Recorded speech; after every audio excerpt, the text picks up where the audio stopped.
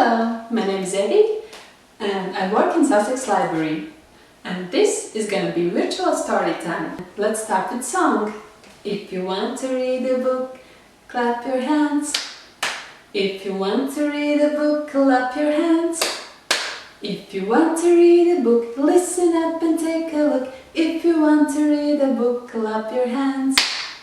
If you want to read a book, beep your nose, beep, beep. If you want to read your book, beep your nose, beep, beep. If you want to read a book, listen up and take a look. If you want to read a book, beep your nose, beep, beep. If you want to read a book, stamp your feet.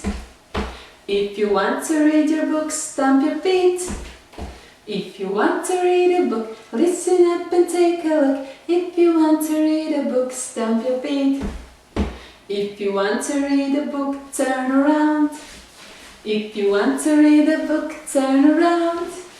If you want to read a book, listen up and take a look. If you want to read a book, turn around. If you want to read a book, say hooray, hooray! If you want to read a book, say hooray, hooray! If you want to read a book, listen up and take a look. If you want to read a book, say hooray, hooray!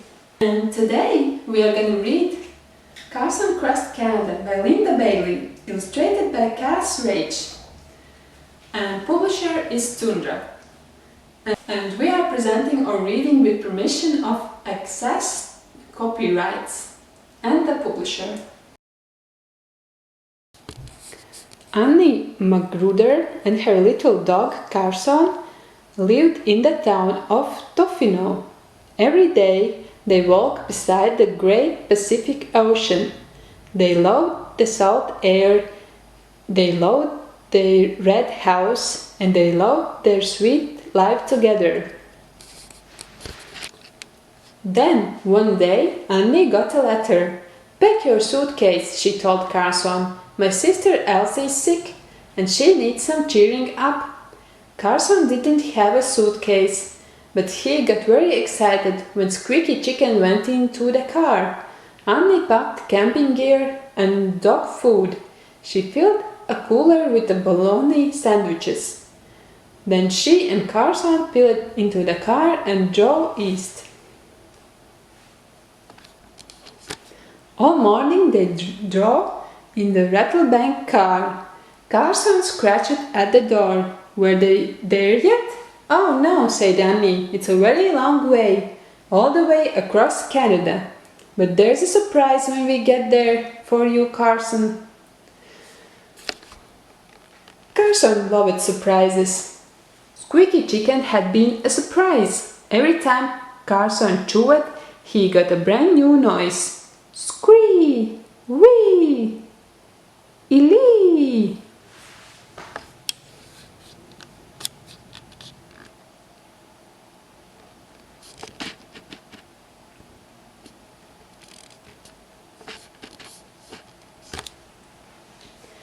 On they drove, along twisty roads, through mountains as high as the sky. "The Rockies," said Annie. "If we were younger, we could climb them." "Rough," said Carson. "You're right," said Annie. "It would be rough." That night she put on their tent in the woods. Carson watched out for bears. No bears come, but Carson was ready. They rode on down to a land of lumpy humps. "Hoodoos," said Annie. "This is dinosaurs' country." When Carson saw the giant bones, he got very excited. Was this his surprise? But before he could take a single bite, Annie dragged him away. "Settle down, boy," she said. Carson had never imagined a bone could get that big. Next day, the land flattened out. Grain grew in carpets, yellow, blue, gold. "Oh my," said Annie when they stopped for a lunch. "Will you look at all that sky?" But Carson was looking at the ground. There were grasshoppers everywhere.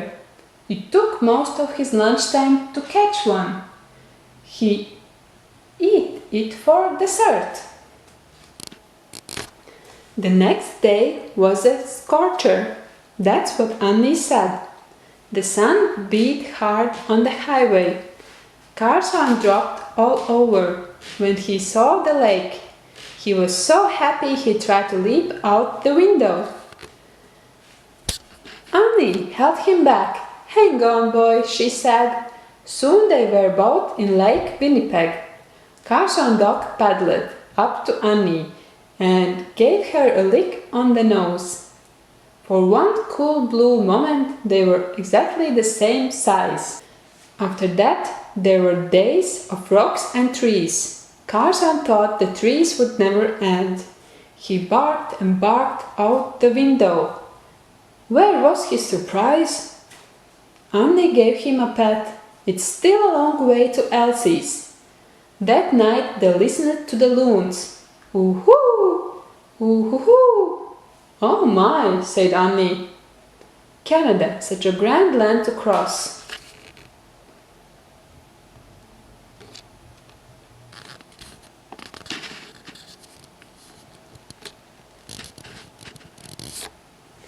And then came a grand sight indeed, a wall of water thundering down a cliff. Carson yelped in amazement. He was used to a water that stayed flat. He and Annie watched till they were soaked all over. Then Annie went to buy a souvenir of Niagara Falls. Carson found a grassy spot and left a little souvenir of his own.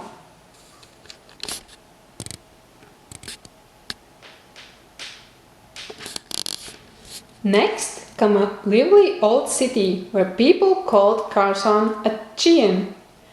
"That's dog in French," whispered Annie. They sat at a cafe and ordered a pie filled with pork. It was called tortilla. Carson didn't care what it was called, as long as it had meat. He ate the pie in 2 bites.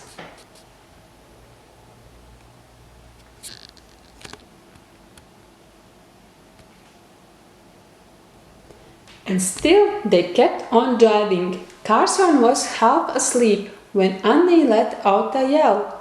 "Look, the Atlantic Ocean!" Carson jumped up and ran right to the water's edge. It smelled like the ocean back home. He sat with Annie and watched the tide go out. It left a sea of mud as far as eyes could see. "Oh no!" cried Annie suddenly. "Carson, don't you dare!" But Carson couldn't help himself. He rolled all over the seabed. "Best mud ever!"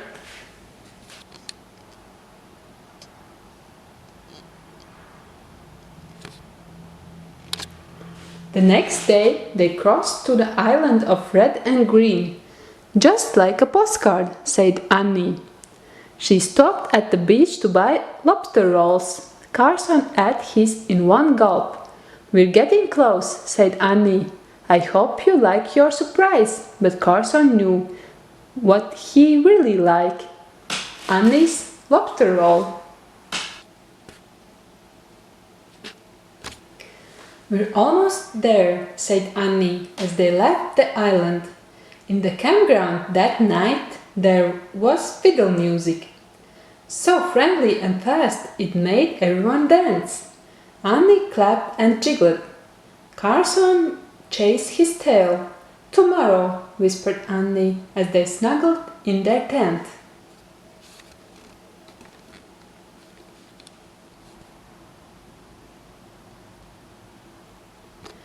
The Rattlebank car drove onto a ferry.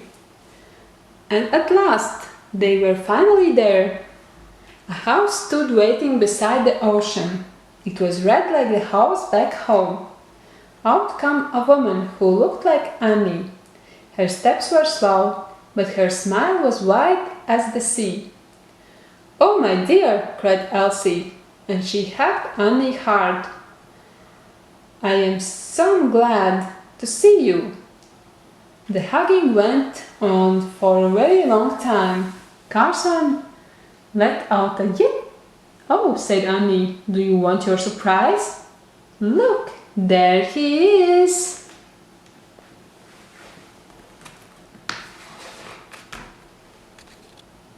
Carson started. His surprise was a dog who looked so much like Carson. It was like looking in a mirror. "It's your brother," said Annie. "Digby, do you remember?" Carson barked in delight. This was even better than Squeaky Chicken. Carson hadn't seen his brothers since they were pups. He couldn't believe how handsome Digby had grown.